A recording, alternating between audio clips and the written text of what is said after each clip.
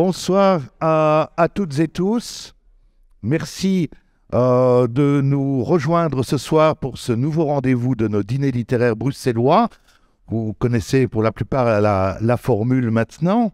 En compagnie aujourd'hui de Tuet Nguyen, que je suis très heureux de retrouver en fait avec beaucoup de plaisir, puisque on l'a évoqué, on s'est rencontrés pour votre deuxième livre, je pense, c'était Soleil fané en 2010.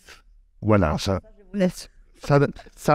voilà, déjà 13 ans, et nous nous retrouvons aujourd'hui pour quelques livres supplémentaires entre-temps qui ont été publiés.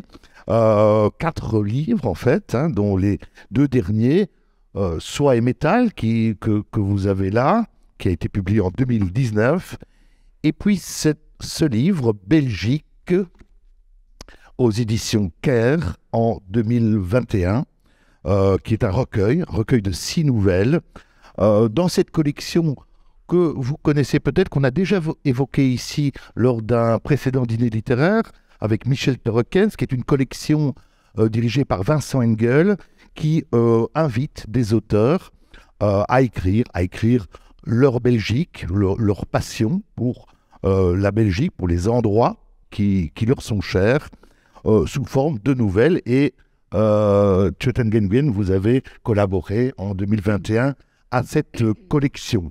Alors, passion pour la Belgique, pour Bruxelles notamment, eh bien, on va en parler ce soir avec vous, justement parce que le mot passion, il me semble qu'il est peut-être le plus adéquat justement pour évoquer votre écriture. Passion des mots, on va le voir, passion des histoires, mais aussi passion de l'histoire, passion amoureuse, mais aussi passion effectivement pour Bruxelles et puis pour la Belgique, qui est d'une certaine façon votre pays d'accueil, mais qui est devenu au fil du temps votre pays de cœur. Ce qui transparaît, on va le voir ici, justement dans ces 6 nouvelles. Alors je voudrais qu'on commence, je n'ai pas l'habitude de faire ça, mais je vais commencer par un extrait, le début d'une des nouvelles qui s'intitule Pèlerinage, la 5e nouvelle du recueil. Ce qui nous permettra d'introduire un petit peu aussi votre parcours. Ils ont convenu de se retrouver à 14 h au campus du Solbosch, de l'ULB, à Ixelles, plus précisément devant la faculté de droit, 6 avenue Franklin Roosevelt, au numéro 50. Longue de 2,5 km, large d'environ 40 mètres, allant de l'orée du bois de la Cambre jusqu'à l'ancien hippodrome de Boisfort, où elle devient le boulevard du Souverain, bordée de missions diplomatiques, de sièges de multinationales et de belles demeures, ou de ce qui en est resté depuis le dernier passage des promoteurs immobiliers, spécialisés dans le haut de gamme. 2 voies de circulation dans chaque sens, une pelouse centrale sur laquelle sont érigées plusieurs sculptures de belles dimensions, dont une en hommage aux héros de l'ère de la guerre 14-18, et une autre en hommage à Francisco Ferrer, fusillé en 1909 et martyr de la liberté de conscience. L'avenue Franklin Roosevelt, anciennement avenue des Nations, est considérée comme l'une des plus prestigieuses de la capitale. Voilà, ça me permet d'introduire cette relation de Tuet Nguyen avec Bruxelles, puisque cette nouvelle, c'est un peu votre histoire, une partie de votre histoire, puisque votre arrivée à Bruxelles, aux alentours de 18 ans, 19 ans, et mais cette rencontre avec le campus du Solbosch va un petit peu aiguiller votre parcours, puisque vous allez vous inscrire à l'ULB en faculté de droit. Sciences politiques. Sciences. En sciences politiques, il y a aussi beaucoup de droit. Voilà, quelle était la question? La question est la suivante. Alors, c'est une question qu'on vous a posée sans doute de très nombreuses fois, mais pour les gens qui ne vous connaissent pas, Oui. À quel moment donc vous arrivez en quelle année et dans quelles circonstances? Oui. Et puis alors, est-ce que vous parlez le français déjà quand vous arrivez Oui. à Bruxelles? Je parlais déjà français parce que j'ai été en pensionnat dans une institution religieuse française, donc qui enseignait le programme scolaire selon le programme français. Donc, je connaissais très très bien les héros français, mais je ne connaissais pas très bien les héros vietnamiens. Donc, ceci pour dire que donc, quand je suis venue ici, je parlais déjà parfaitement le français parce que dans cette école-là, la langue obligatoire est le français. On ne pouvait pas parler vietnamien. Si je parlais vietnamien, je devais écrire 100 lignes. Je ne peux pas parler vietnamien à l'école. Et j'arrêtais pas d'écrire des lignes. Donc, non, et puis je dois dire aussi, je peux raconter une anecdote. J'adore des anecdotes, c'est pour ça que j'écris des livres. Dans le français, pourquoi est-ce que je pense que je le possède assez bien grâce à une religieuse française. Elle s'appelait Sœur Thérèse et elle est venue au Vietnam des années auparavant et elle parlait elle-même le vietnamien. Et moi, j'étais en pension et ma mère qui s'occupait beaucoup de politique, elle n'avait pas le temps de venir nous chercher pour les dimanches et tout ça. Donc, je restais beaucoup au pensionnat et je m'ennuyais beaucoup. Et un jour, je suis allée dans une salle un peu comme ceci, l'embrustier avec du bois partout. Et je voyais plein de livres. Et j'étais c'était la première fois que je voyais autant de livres. Et alors, c'était la bibliothèque de l'école. Et quand j'étais en train de regarder, la sœur Thérèse était arrivée et elle m'a demandé « Qu'est-ce que tu faisais là ?» Et je disais que j'étais admirative devant les livres. Et donc, c'est elle qui m'a vraiment appris qui m'a guidée dans l'apprentissage du français. Parce qu'il fallait louer des livres. Et je n'avais pas toujours les sous parce que maman ne venait pas. Donc, les jours, je me remontre. Et puis, Sœur Thérèse a compris. Elle dit, je sais que tu lis beaucoup et que ton argent de poche part très vite. Je te propose un marché. Moi, j'ai beaucoup de livres et toi, tu aimes beaucoup lire. Alors, je te propose, tu lis gratuitement, mais tu travailles pour moi. Tu places des fiches. Et donc, je suis d'accord, voilà, au début pas, et puis après, si. Et bien, chaque fois que je venais pour placer des fiches, elle me disait, oh, il n'y a rien à faire aujourd'hui. Allez, viens, on va un peu parler français et tout et tout. Et donc, avec elle, j'ai appris vraiment à manier la langue française. Et j'ai lu toute la bibliothèque, mais vraiment toute la bibliothèque, parce que maman ne venait pas. À 18 ans, j'avais tout lu. Et donc, c'était grâce à Sœur Thérèse que j'ai un peu raconté dans un des livres que j'étais, voilà, que ma connaissance du français a amélioré, beaucoup amélioré. Et je lui suis très reconnaissante. Enfin, elle m'entend plein. Elle m'entend peut-être là-haut. Mais donc, cette nouvelle pèlerinage est importante justement pour évoquer le contexte aussi politique dans lequel vous arrivez. C'est important parce qu'on a ici des faits historiques, des informations assez intéressantes, notamment quand vous évoquez les manifestations sur le campus dans les années 75, en 75. Non, avant. En 74, 75. Les années 60, 68, 69, quand la guerre battait son plein, c'était très violent là-bas. Vous avez assisté à ça, Non, j'ai participé aux manifestations. Il y avait des autopompes, il y avait des policiers, il y avait, on criait. Bon, il y avait deux partis, hein. Il y avait les contre, les pour le sud et les pour le nord. Et donc, on était comme ça. Et l'avenue Égée, qui était privatisée par l'ULB, était comme le 17e parallèle, hein, comme la séparation entre le nord et le sud. D'un côté, c'est les sudistes, de l'autre côté, c'est les nordistes. On se lançait des choses. Et puis, ça tournait à la bagarre. Et puis, les autopompes arrivaient, ils nous arrosaient, et on tombait, on se relevait, on recriait et tout. Non, c'était une période c'était très tumultueuse comme époque pour nous, les Vietnamiens. Et donc, pour répondre à votre question tout à l'heure, je suis venue ici pour étudier. À 18 ans, je suis venue ici pour étudier. Et mon premier contact avec la Belgique, évidemment, c'était l'aéroport. C'est Bruxelles National. Donc, il y a 50 ans, hein, c'est tout à fait différent de maintenant. Il y avait encore une passerelle, on pouvait encore entrer et sortir. Et moi, je débarquais, j'avais quoi? J'avais une valise, j'avais $500 et puis une inscription pour l'université de Liège au Sarre-Tillemont. Et c'est tout ce que j'avais. Et j'étais seule, je connaissais personne. Maman m'a pris du pensionnat, mis dans l'avion, je suis arrivée. Et puis je tremblais de froid. J'avais un chandail que ma grand-mère m'avait tricoté, mais un chandail à Bruxelles en septembre, c'est pas assez. Et puis pour finir, il y avait des étudiants vietnamiens qui étaient déjà arrivés à Bruxelles et qui guettaient un petit peu les nouvelles arrivées et qui étaient là et qui m'ont embarqué dans leur voiture. Et je disais que je devais aller à Liège. Ils m'ont dit, on va te conduire, mais je vais d'abord te montrer l'ULB. Et donc, je suis allée à l'ULB, avenue Franklin Roosevelt, et j'ai vu la faculté de droit. Je suis tombée amoureuse de cette faculté de droit. C'était tellement beau comme ça avec du lierre, avec des pierres rouges. Moi, j'appelais le clocher, mais en fait, c'est la campanile. C'était tellement beau. Moi, je dis, je ne veux plus partir à Liège, je veux à Bruxelles. Puis, il y avait aussi la statue de Verhagen, Émile Verhagen. Il tenait un parchemin dans sa main, et je me suis approchée et j'ai lu, et il parlait de la libre pensée, de la liberté de penser, de juger par soi-même et tout, et moi je me dis, ce mec, je l'aime. Et donc voilà, je suis restée parce que nous, on vivait dans un pays où c'était en guerre, et je trouvais que cette maxime, la liberté de penser, la libre pensée, je trouvais que c'était ce qui me convenait. Donc, je suis restée étudier à Bruxelles, à l'ULB, fait les Sciences Po.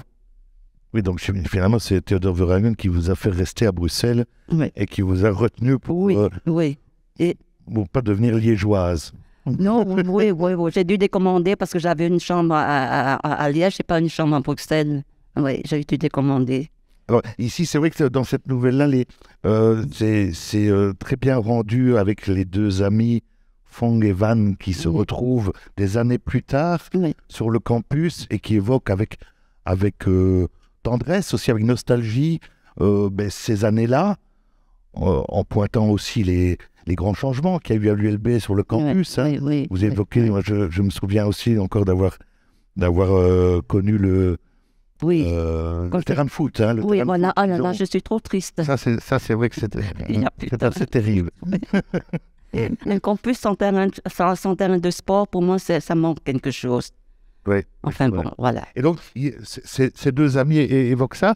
Et je voulais insister un peu là-dessus parce qu'il y a dans l'écriture de Thuet Nguyen Nguyen quelque chose de à la fois très sûr, très factuel dans les faits. C'est important, je pense, aussi au fil des livres, d'insister sur votre exigence par rapport aux faits historiques que vous relatez, mais tout ça est contrebalancé par une certaine forme de poésie qui advient par touche, et notamment tout simplement déjà dans les noms Phong et Van qui sont en vietnamien, vous le rappelez, le vent et les nuages. Phong, ça veut dire en littéraire, Phong, ça veut dire vent. Et Van, en littéraire, ça veut dire nuage. Voilà. Alors, il y a des choses comme ça, des petites touches poétiques qui parsèment à la fois ici ce recueil, mais les précédents livres également. Oui, je vais ajouter un mot. J'aime bien aussi apporter quelque chose d'autre qu'une histoire. J'aime bien aussi parler de la culture, des habitudes, des mœurs, des coutumes vietnamiennes. C'est pas seulement des romans historiques, mais c'est aussi des romans qui apprennent un peu sur le peuple vietnamien, selon ma conception, parce que les autres pourront dire que c'est pas juste, mais moi, je tiens à apporter une touche de poésie, parce que le fond de ma trilogie historique est tellement dur à cause de la guerre que je me dis, je peux pas plonger mes lecteurs que dans ce qui est violent.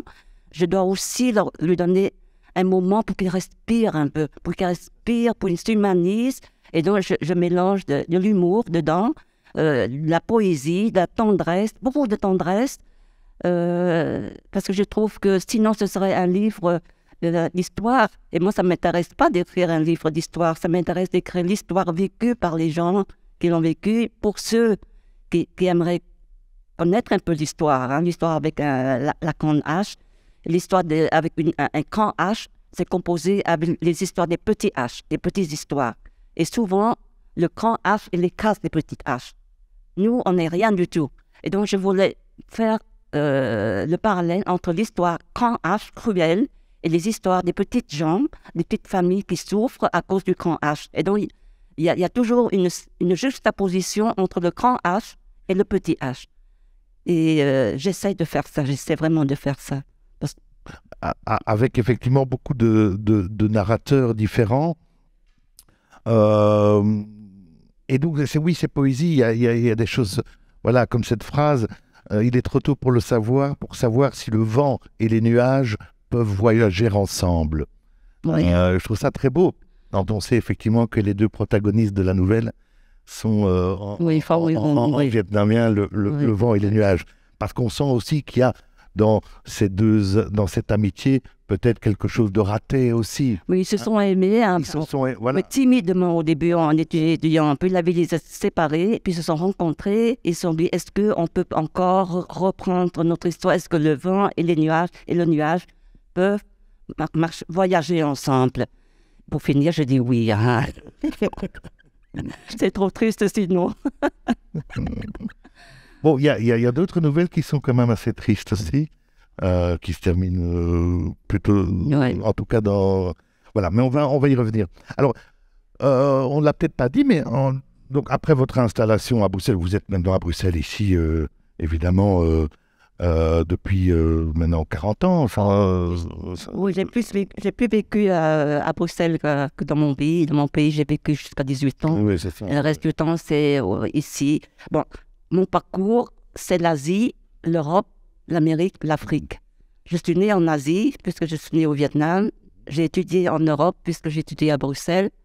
Et quand la guerre s'était terminée et que le Nord avait gagné et que le pays était devenu communiste, je ne pouvais plus rentrer. Donc, je suis allée aux États-Unis, en Amérique, où j'ai un petit peu aidé à accueillir les premiers réfugiés de la guerre.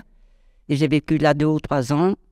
Et puis après, je suis revenue en Europe, en Belgique, et j'ai fondé famille, j'ai épousé un Belge. Et puis après, nous, la famille est partie vivre en Afrique. Donc, j'ai fait les 4 continents. Et après, on est rentré ici et je suis de nouveau chez moi en Belgique. Il y a 2 chez moi. Il y a un chez moi qui est très loin et puis il y a un chez moi qui est ici avec vous, avec ceux qui m'ont accueilli, ceux qui m'ont permis de vivre et d'écrire et d'avoir, enfin, la paix. Je parle de paix et guerre, hein, pas la paix. Les 2 paix. La paix contraire de la guerre et la paix de l'âme aussi parce que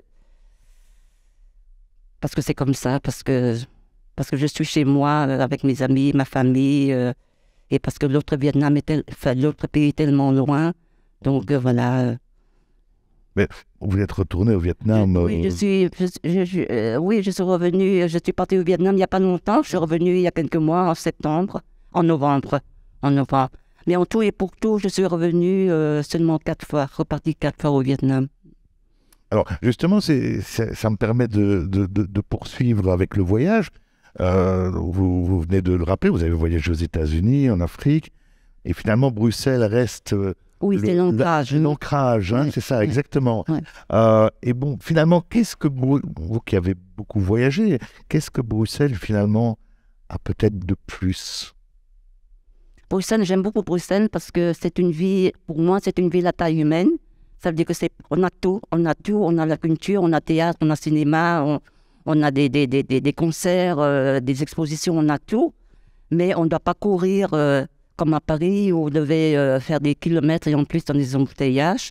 J'ai toujours dit que pour moi, Paris est une ville où si j'ai des sous, je vais y aller m'éclater pendant un jour, 2 ou 3, mais que Bruxelles, j'ai envie de vivre à Bruxelles parce que c'est tellement plus doux.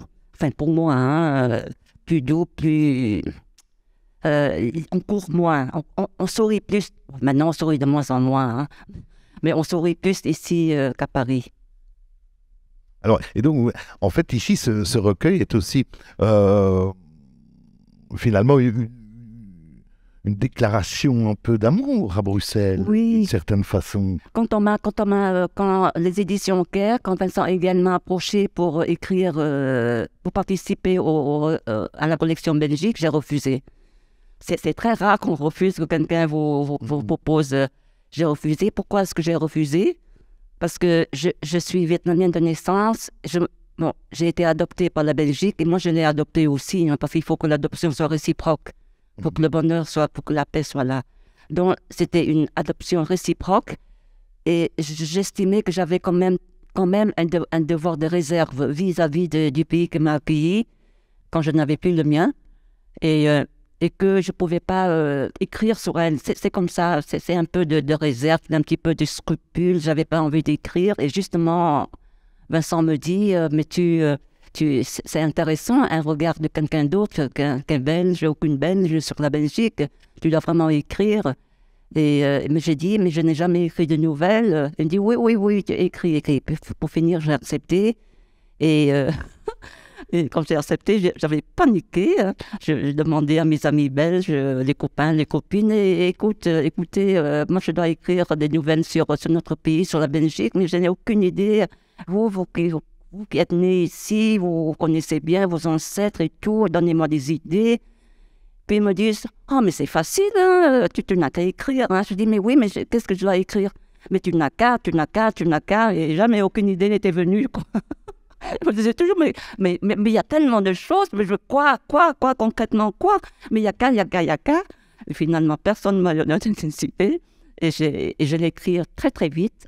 Une nouvelle, le premier jet, ça dure 1 semaine, et puis 3 jours pour éditer, hein, pour corriger tout. En fait, je l'ai fait en 1 mois et demi.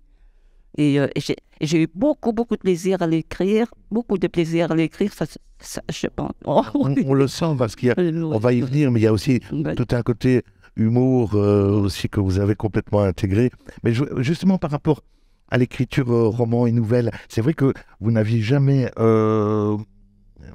tâté, je vais dire, de l'écriture de la nouvelle, qui est quand même très différent justement du roman, parce que vos romans sont en plus assez denses, assez épais. Hein. Ici, j'ai le premier livre, hein, qui est épuisé. Ça, c'est un collector. Bon, ça, c'est la tête à moi. Le journaliste français. Donc ici, c'est une écriture beaucoup plus condensée, beaucoup plus ramassée. Est-ce que vous vous êtes senti à l'aise dans la... Oui, je crois que je n'ai pas eu de problème. Je sais que dans la nouvelle, la chute est importante. Hein. Donc, il faut toujours... Et au début, mais tandis que dans un roman, vous avez tout le temps pour camper vos personnages, pour leur donner consistance, pour leur donner chair, pour leur donner vie. Tandis que dans la nouvelle, vous devez aller d'une façon plus ramassée, condensée, tout en ne mettant pas quand même de camper les personnages, mais en moins de place, en moins de pages. Et donc, je l'ai fait et je ne sais pas pourquoi, je crois que j'ai été inspirée, je ne sais pas pourquoi. Ça a été très très vite. Et j'ai eu beaucoup de plaisir et je pense que l'écriture, c'est une inspiration. Hein, mais tout le monde, mes amis à moi, mes amis belges, quand ils ont lu, ils m'ont dit tes nouvelles, ton recueil, c'est comme un paquet de bonbons. Parce que les petites nouvelles sont des bonbons. On goûte à l'un, on aime un peu, on peut reposer, et puis on reprend, et on mange l'autre bonbon et tout ça. Et ça, j'ai trouvé cette image formidable. Parce que ce n'est pas quelque chose, un livre, mais ça il y a plusieurs histoires. Et donc, on peut déposer ce livre, faire autre chose, puis revenir et être dans une autre histoire. Et pour finir, j'ai vraiment adoré cette aventure. Et aussi, j'aimais beaucoup les contes. Mon enfance était nourrie de contes. Et les contes sont des petites histoires. Hein. Et donc, voilà, j'ai un peu l'habitude, un peu de la structure des contes. Et je l'ai un peu transposé dans ces nouvelles. Enfin, de la structure. Oui, des bonbons, mais ça pourrait être aussi des bablutes. Hein, comme on dit. Les bablutes, c'est des petits bonbons, c'est des bonbons, mais à la mer du Nord. Vous nous baladez pas seulement à Bruxelles, oui. mais aussi du côté d'Ostende, oui. Parce que je pense qu'Ostende est une ville importante. Les crevettes d'Ostende. Voilà. C'est la couverture, c'est les crevettes d'Ostende. J'adore les crevettes d'Ostende parce que mon ex-mari était ostendais. Ah, voilà. Ah, bon, on en vient à ça. Il est ostendais. Une histoire de passion, hein, je disais. Voilà. C'est ce qu'on appelle les francophones de Flandre. Donc, parce qu'ils parlent aussi français, évidemment. Et donc j'allais tout le temps au Ostende du temps qu'on était mariés. Et il m'avait fait goûter les croquettes aux crevettes chez James. Je ne sais pas si vous connaissez chez James, à Ostende. Oui, dans le galerie. Maintenant, ce n'est plus dans la galerie, c'est ailleurs maintenant. Et j'ai adoré ce plat. C'est tellement bon. Des petites croquettes comme ça, bien croustillant à l'extérieur et fondant à l'intérieur. Et c'était pour ça que j'ai écrit, mais là-dedans, j'ai parlé aussi du peintre, comment il s'appelle encore ça? De James Ensor, et aussi d'Arnaud à la fin, parce que je trouve que la Belgique, sans artistes, sans peintre, ce n'est pas complet. Et donc, j'ai aussi parlé des artistes et des peintres, et aussi de l'université, évidemment, la culture, c'est très important. Et aussi les Vietnamiens qui sont venus ici en disant qu'ils allaient rentrer chez eux, pour finir, qu'ils se sont fixés ici par la force des choses. Et tout ça, ça fait une Belgique qui est un ensemble de choses, à la fois triste parce que l'exil est toujours... Il n'y a pas d'exil heureux, hein. J'ai beau être bien ici, il n'y a pas d'exil heureux parce que les racines ne sont pas ici, sont là-bas. Et donc, c'est un ensemble de choses à la fois profondes et superficielles, parce qu'il faut quand même rire de temps en temps. Il ne faut pas toujours non plus être plongé dans le ressassement. Et puis un ensemble de bonheur et de chagrin. C'est le chagrin qui fait écrire, hein. Quand je suis heureuse, je peux écrire des contes quand je suis heureuse, mais quand j'écris vraiment des romans, j'ai besoin d'être un petit peu dans l'ambiance. Mais d'ailleurs, la nouvelle consacrée à Ostende commence comme ça. Est-ce vrai que les artistes ne sont au sommet de leur art que lorsqu'ils créent dans la souffrance? Oui. Et effectivement, le thème qui traverse vos textes, l'exil, le déracinement, sont omniprésents ici aussi. Et cette question-là, effectivement, vous y répondez d'une certaine façon. Il faut un petit peu être dans cet état d'esprit-là pour... Il faut vraiment aller en soi, dans le fond de soi. Il faut aller vraiment ramasser, extirper tout ce qui fait l'origine du chagrin qu'on a pour pouvoir le mettre. Mais de temps en temps, je dois faire rire parce que sinon, ça devient lugubre. Moi, je n'aime pas trop ce qui est trop lugubre et donc je mets de l'humour et de la poésie dedans. Et pour revenir à Ostende, la souffrance sert à créer. On crée beaucoup dans la souffrance et je me suis appuyée sur Ensor parce qu'Ensor a été reconnu très tardivement. Il a créé très très tôt, il a fait des tableaux très très tôt, mais on ne l'a pas reconnu, il a été ignoré dans son pays. Le grand tableau qu'il a fait, c'est, comment on dit ça encore, de Bruxelles, je ne me rappelle plus, c'est un tableau immense qui n'a pas été exposé, qui n'a pas été reconnu. Et finalement, c'est un musée de Los Angeles qui a vu la beauté et le symbolisme du tableau, qu'il a racheté quand il a été mis en vente. Et la Belgique n'a pas voulu le racheter. Elle avait le droit de préemption, elle pouvait l'acheter, évidemment. Mais elle ne jugeait pas, ça ne valait pas la peine qu'elle l'achète. Et donc, ce sont les Américains qui sont venus et qui l'ont acheté, qui l'ont maintenant exposé à Los Angeles. Et maintenant, la Belgique, parfois, de temps en temps, demande à emprunter le tableau pour l'exposer ici. Et les Européens, non, on ne va pas donner parce qu'ils ont trop peur que la Belgique garde le tableau.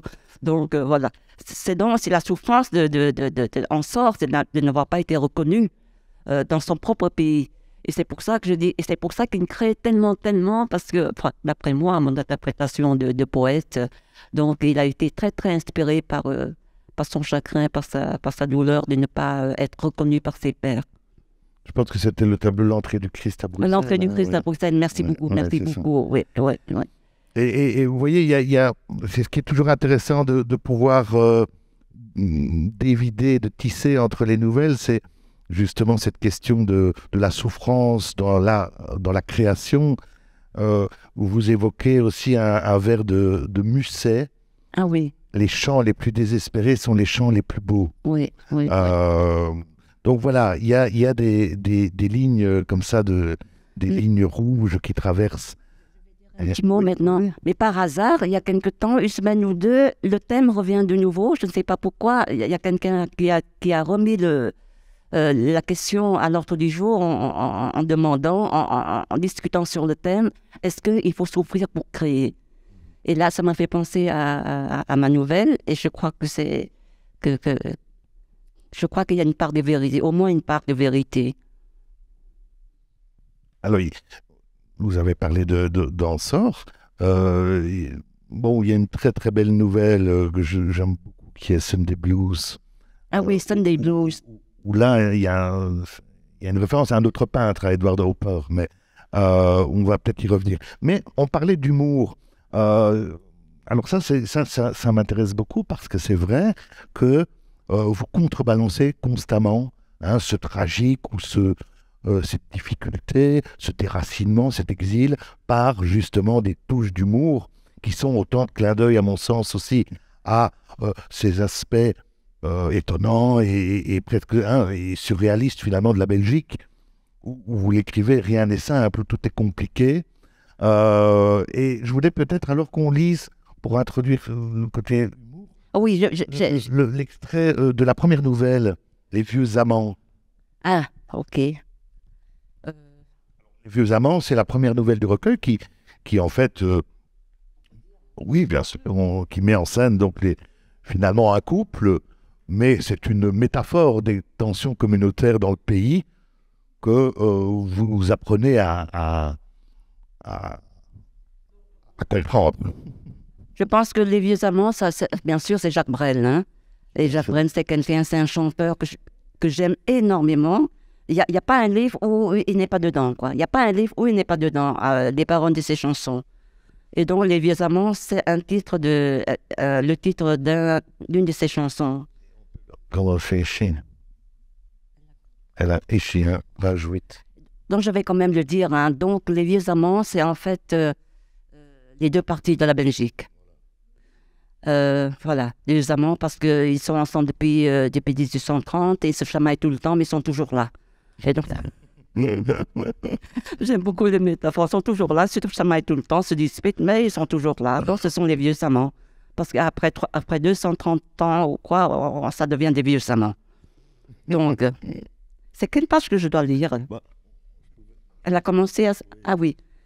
Elle, bon, maintenant, on ne sait pas si c'est la Wallonie ou la Flandre. Hein, je saute d'un à l'autre. Hein, donc.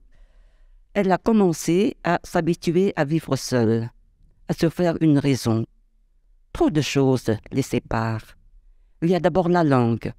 Le français pour l'un, le flamand pour l'autre. Qui dit différence de langue, dit différence de culture. Et, partant de là, de mentalité.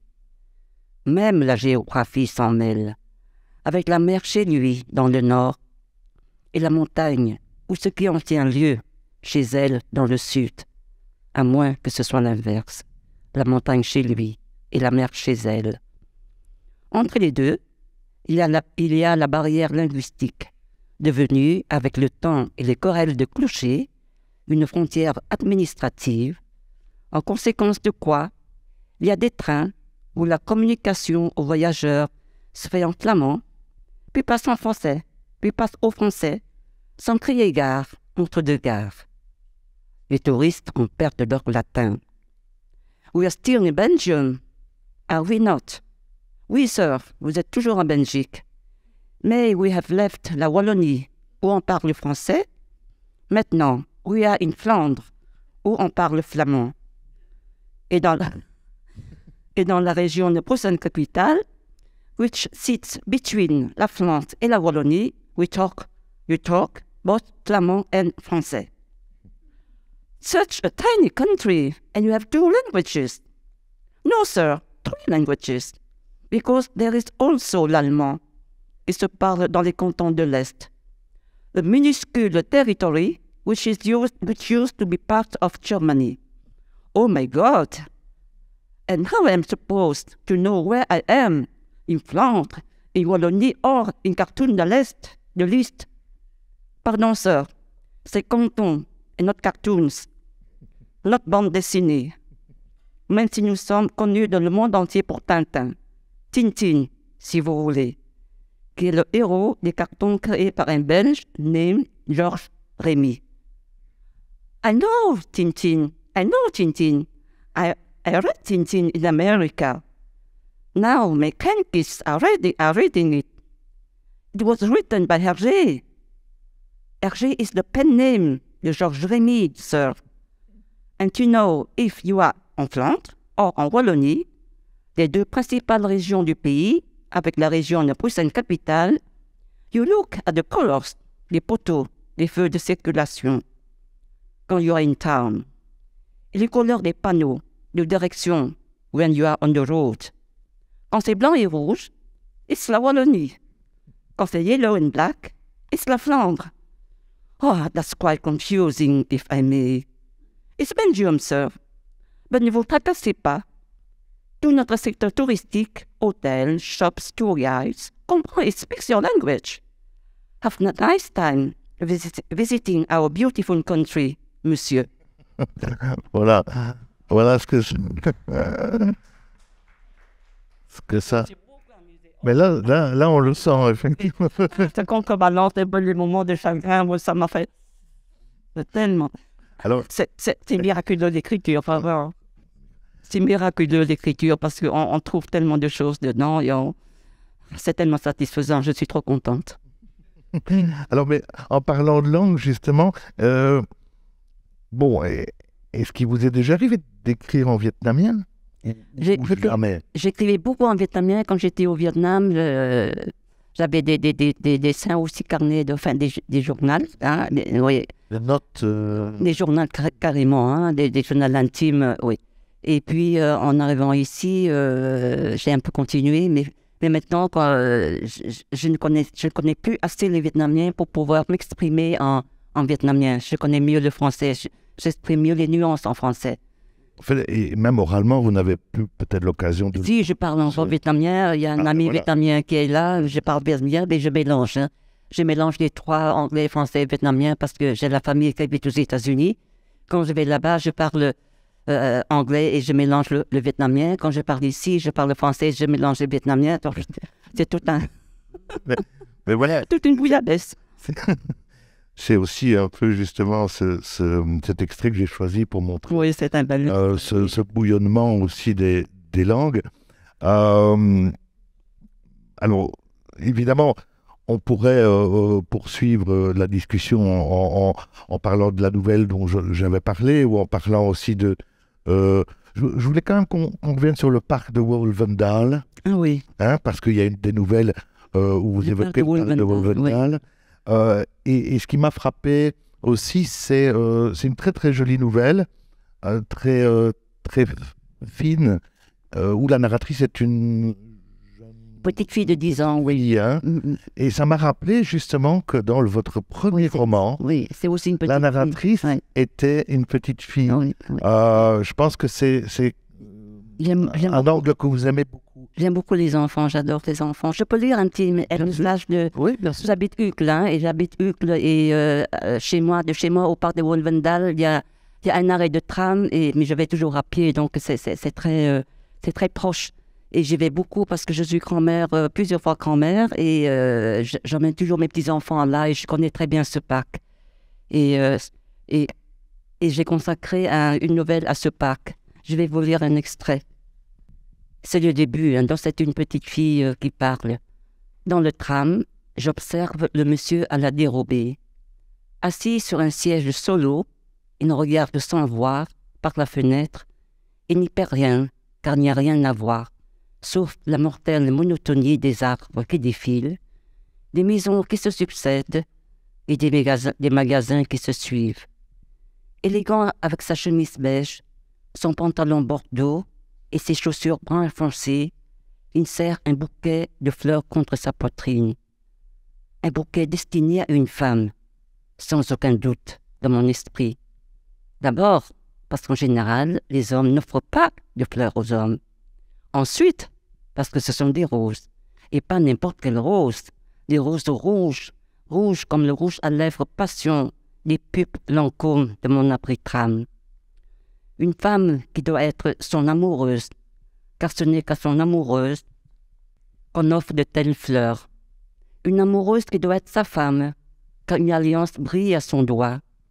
Sa femme dont il va fêter l'anniversaire, tout son bouquet, qui illumine le tram comme un soleil rouge. À moins que ce ne soit pour fêter leur noce d'or, et pourquoi pas de diamants. c'est qu'il est âgé, le monsieur, dans les 80 ans. Et contrairement à maintenant, où on se marie tard et se sépare souvent, de son temps, on se mariait tôt et se séparait rarement. Et le visage sillonné de rides, qui ressemble à des routes, les cheveux blancs comme la crème chantilly de ma glace aux fraises, on va acheter des roses rouges qu'on serre contre son cœur en souriant tout seul, ce que le monsieur est en train de faire, le nez dans son bouquet. « Bon anniversaire, ma chérie », dira-t-il dans un moment, la voix tremblotante, moins par l'âge que par l'émotion. « Bon anniversaire, mon chéri », lui répondra-t-elle de la même voix. Mes yeux sont bus. Mes yeux sont bus. C'est toujours comme ça. D'un rien, je m'invente des histoires qui me mettent sens dessus, dessous. Quand c'est dessus, mes yeux sont bus de joie. Quand c'est dessous, ils sont bus de tristesse. Cela a commencé quand j'avais 4 ou 5 ans. Je me rappelle cette fourmi que j'avais vue sur notre terrasse un été. Et parce qu'elle était seule, alors que les fourmis, ça se déplace en file indienne comme les enfants en colonie de vacances, je m'étais dit qu'elle était perdue. Et ses antennes étaient en panne. Qu'à cause de ça, elle ne pouvait pas retrouver les siens. Qu'elle était orpheline, comme moi.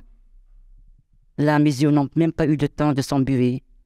Ils se sont couverts direct de larmes qui ont inondé mes joues et ont coulé dans mon cou. Et je me suis dépêché de penser à autre chose. C'est ma façon de chasser mes tristesses quand elles surviennent. Cela ne marche pas à tous les coups. Certaines tristesses s'en vont faire un tour, on ne sait où, et reviennent. Voilà. On sent la poésie dont on parlait tout à l'heure. En fait, c'est vrai que finalement,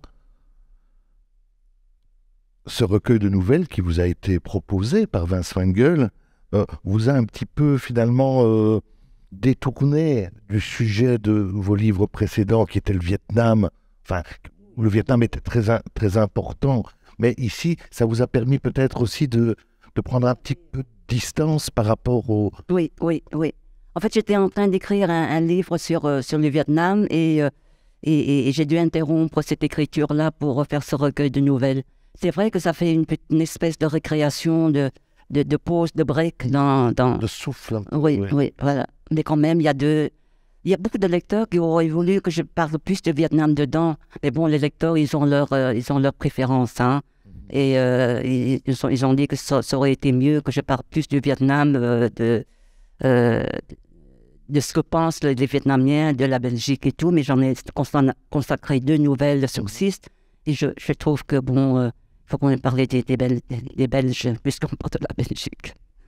Alors, on arrive tout doucement au terme de la discussion. Je suis très content que vous ayez accepté cette invitation et de vous retrouver comme ça après pour ce texte. Alors, vous me disiez, il y a des choses en préparation aussi, un nouveau roman en septembre. Il va sortir en septembre et ce roman est écrit pour respecter une promesse.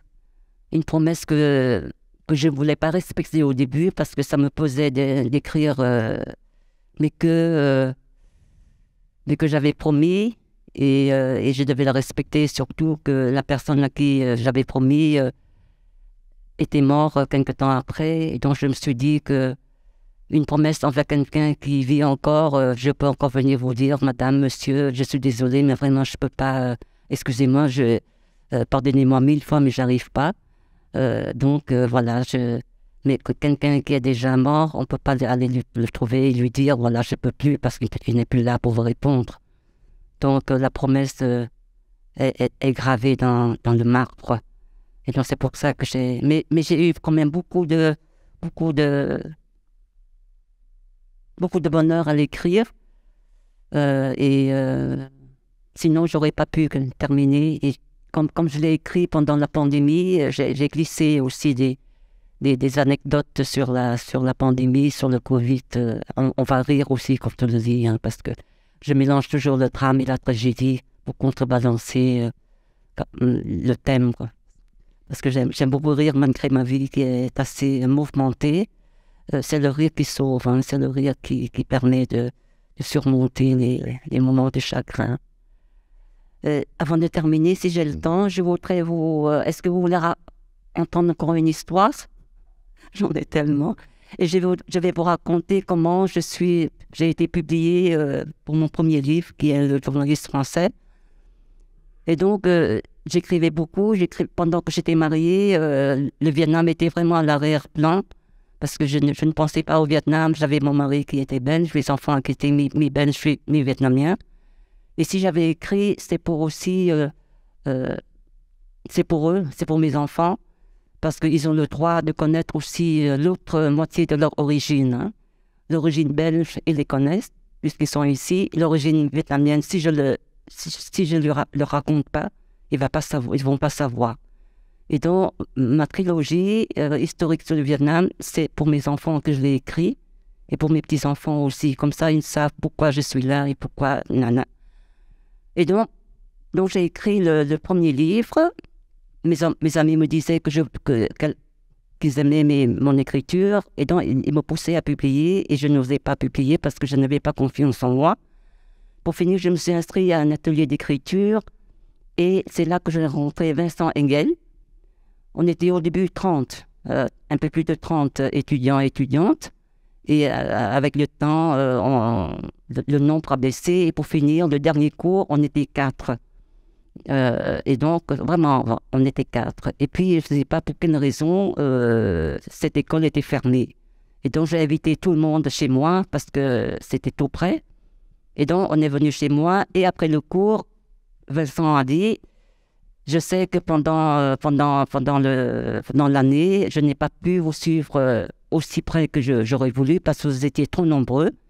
Et maintenant que vous n'êtes que 4, je vous propose d'écrire chacune 3 pages et vous me l'envoyez et je vous promets que j'allais le lire et vous donner mon avis circonstancié.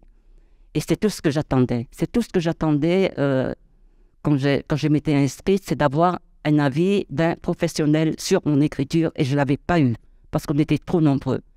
Et Vincent a eu cette idée, cette proposition extraordinaire. Et quand tout le monde est parti, j'ai sauté sur mon ordi. Je ne l'ai plus lâché, je ne dormais plus, je ne mangeais plus. J'étais fâchée quand j'avais faim parce que je devais aller manger. Donc, j'étais nuit et jour en train d'écrire. Et Vincent a dit, vous avez 3 mois, parce qu'après, je dois corriger des copies. Il est professeur à Louvain-la-Neuve. Et donc, après 3 mois, j'ai terminé mon texte, ma copie, et j'allais déposer dans son boîte aux lettres parce que j'avais peur d'envoyer par la poste et que ça se perde. Une semaine après, Vincent m'écrit, « Madame, je vous ai demandé 3 pages. Vous m'en envoyez 250. » Et c'est le manuscrit du... « Madame, je n'ai pas le temps de lire. Je suis trop occupée. Je travaille, je fais des chroniques, j'enseigne, j'écris moi-même, je fais du théâtre. » Et moi, je lui dis, « Professeur, le manuscrit est entre vos mains. Vous faites ce que vous voulez. Vous lisez, vous ne lisez pas. Vous le gardez dans le tiroir, vous jetez à la poubelle. Moi, pour moi, c'est entre vos mains. Moi, je n'ai plus rien à voir avec. » Et il me dit, « Bon, ok, je vais voir, mais je ne vous promets rien. » Et je dis, « Bon, ok. » Et je pars rendre visite à ma mère qui est en Californie. Et je reste là 1 mois, 2 mois. Et puis en septembre, parce que l'année avec Vincent s'était terminée en avril. Hein, et dans septembre, 5 mois après, je reçois un mail de Vincent quand j'étais en Californie. Et il commence par « Madame, je n'aime pas lire les manuscrits parce que 99,9% sur 100, on doit refuser. » Et alors je dis « Oh là là, c'est foutu. » Il continue, il dit « Mais votre roman m'a enchanté. Je viens d'être nommé directeur littéraire chez Luc Beer. Et si vous voulez, je vais commencer ma carrière de directeur littéraire et vous commencez votre profession d'écrivain. On va le faire ensemble, vous et moi. Est-ce que vous êtes d'accord? » Mon Dieu, j'ai hurlé, ma mère ne savait pas ce qui se passait, mais qu'est-ce qu'il y a? Elle est devenue folle, elle crie tout le temps. Et donc, c'est comme ça que le premier est sorti et que les autres ont suivi, parce que j'ai frappé à la porte, hein, mais j'ai frappé très fort. Hein. Je me suis dit, si moi je ne frappe pas, il n'y a personne qui va m'ouvrir. 3 pages, j'envoie 250 pages, parce qu'il fait des toutes petites lettres. Hein. Et j'ai eu le toupet de le faire. Et voilà, maintenant je suis devant vous, parce que si je ne l'avais pas fait, je ne serais pas là non plus. C'est une belle histoire. Hein.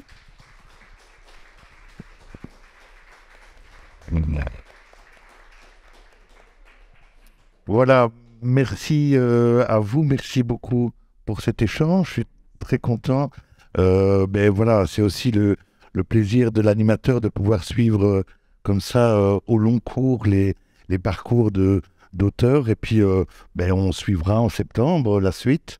Avec plaisir. Oui. Le roman qui sera sans doute publié chez Onlit, hein, Oui. éditeur bruxellois aussi. Oui. Voilà, merci à vous. Et de toute façon, après le repas, comme d'habitude, vous le savez, vous aurez la parole pour poser d'éventuelles questions. Vous savez aussi que les livres dont on a parlé un peu, mais sont disponibles ici et que Tjötting Nguyen se fera un plaisir aussi de vous les dédicacer à la fin de notre soirée. Merci à vous et bon appétit. À tout à l'heure. Oui, je voudrais vous remercier. Vous avez été admirable. Je suis très content que vous soyez là et j'espère que le moment a été intéressant et que voilà, vous allez avoir un délicieux repas. Et on pourra parler, si vous avez quelque chose à demander ou à préciser, je suis là. D'accord? Ouais. Par contre, ce ne seront pas des croquettes crevettes. Ah, fort, hein. D'accord.